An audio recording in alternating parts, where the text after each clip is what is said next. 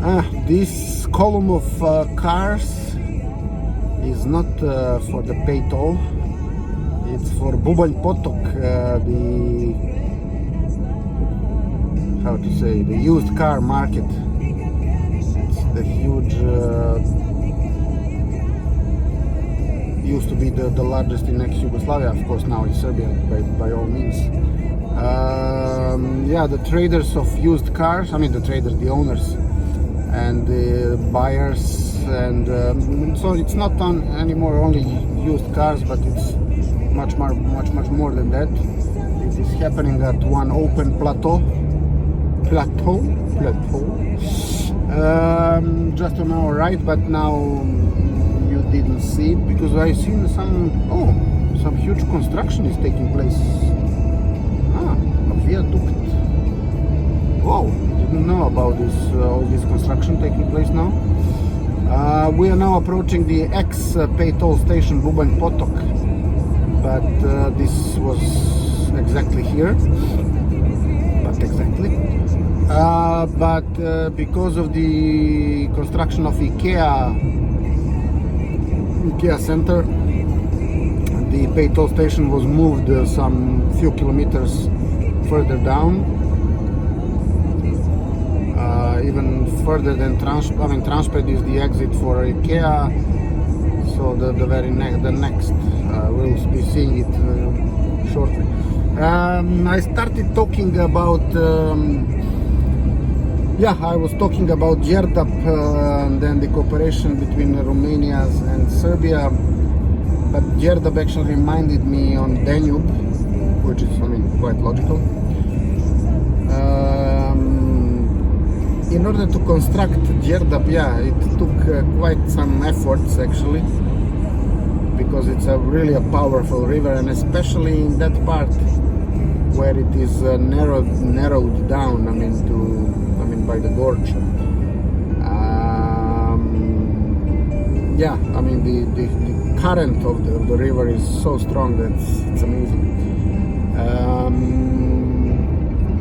So several villages had to be flooded practically.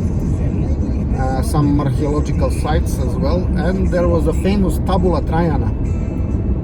Tabula Traiana is the table that was left there by the Roman Emperor Trajan when he tried to conquer Dacia. Dacia is practically the part of today's Romania. You know this by their cars, Dacia cars. If I'm not mistaken, they never managed to do it because Danube was such a huge natural obstacle that they never managed actually to do it. They tried to build a bridge, they built a bridge close to today's city of Kladovo. It was Trajan's bridge. This is where the gorge practically ends, so the Danube is free again, and it was probably relatively easy. Not relatively, it was difficult back then definitely to build a bridge over Danube, as the same as it is today.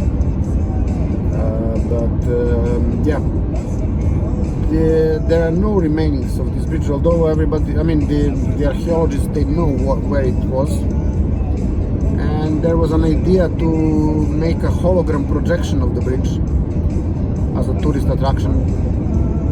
I don't know how much would it cost, and it would be definitely an attraction.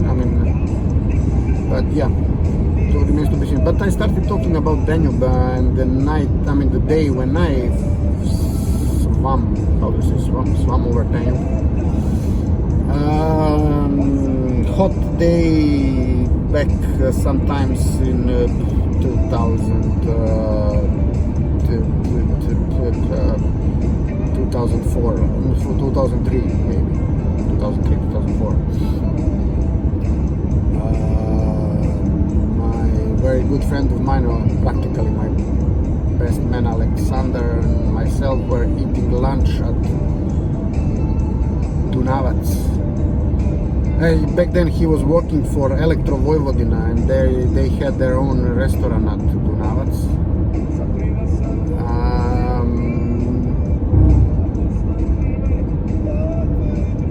took me there for lunch, and then we really ate well, and we drank a couple of beers. And the level of Danube was extremely low that year for some reason, and there was a river island practically appeared. We call it Sprut. I don't know the English term. Appeared where it usually does not appear. I mean, because it's covered with water. But this time, this Sprut practically appeared almost at the middle of Danube, but closer to our side. And we were thinking, why not maybe going to this Sprut and maybe taking a swim? Because practically it was possible to go there. There were already people there, even people with towels. I mean, it was like they used it already as a beach. And we said, yeah, let's go.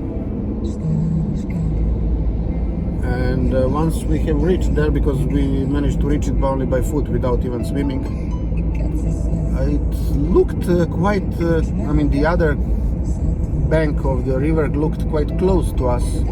I mean, unusual. I mean, it was only half the wide that usually is. And then I came to a crazy idea. I mean, this is not the first, and well, probably, unfortunately, it will not also be the last time that I have such ideas. So we were quite, I mean, we have eaten quite well, and drank a lot, which is usually the period, I mean, the time when you don't go to swim. I mean, this is one of the first rules that you learn, I mean, from your parents. But I say, why don't we try to swim over?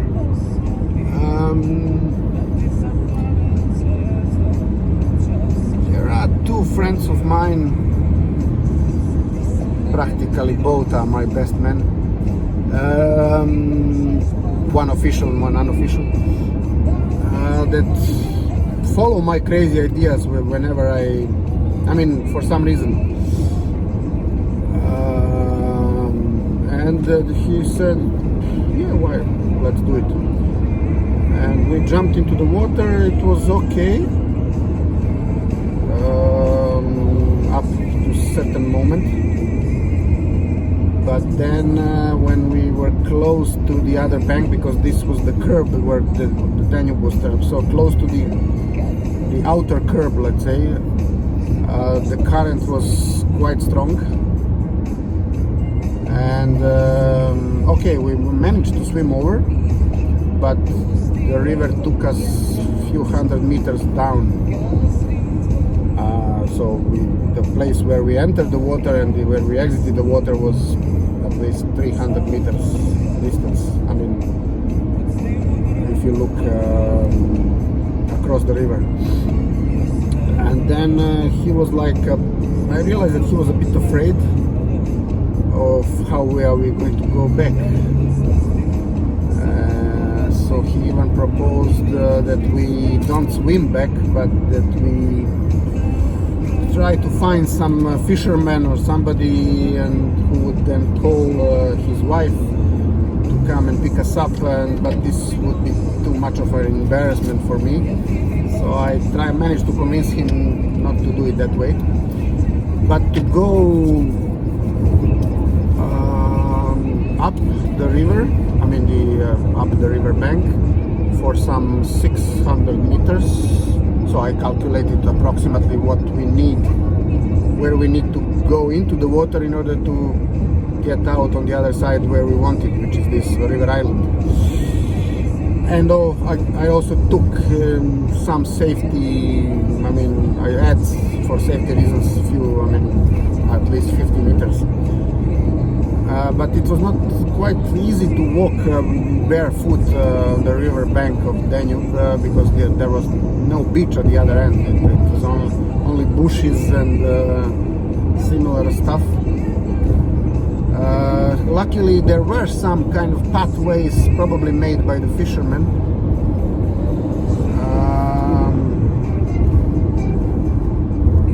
So yeah, we decided to do so. And we managed even to find a small dock on the other side, probably for small fishermen boats. And we decided to jump jump from that dock and then try to swim as hard as possible, because that was the place where the current was the strongest, and we did it that way. The moment we touched the water took us already 20 meters down in terms of flowing. So even before our first move of our hand, we were already 20 meters down.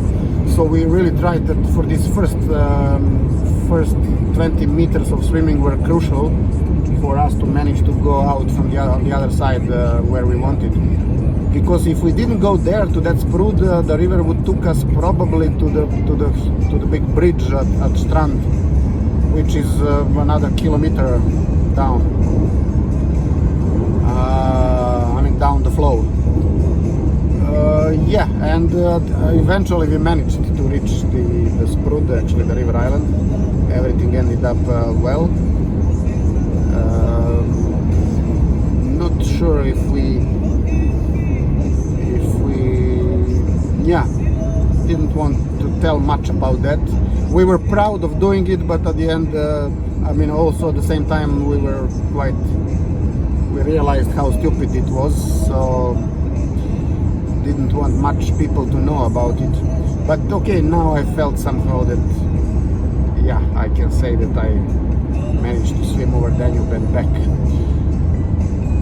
But don't try that at home, because first of all, you don't have Danube at home, and second, even if you have Danube somewhere close to your home, don't try it, because it's definitely not recommended. There were at least 100 things that could go wrong. Luckily, none of them went wrong. Okay, that much for now. This was a kind of I hope that if there are younger kids that are watching this, that really, the message is don't do it, because it was,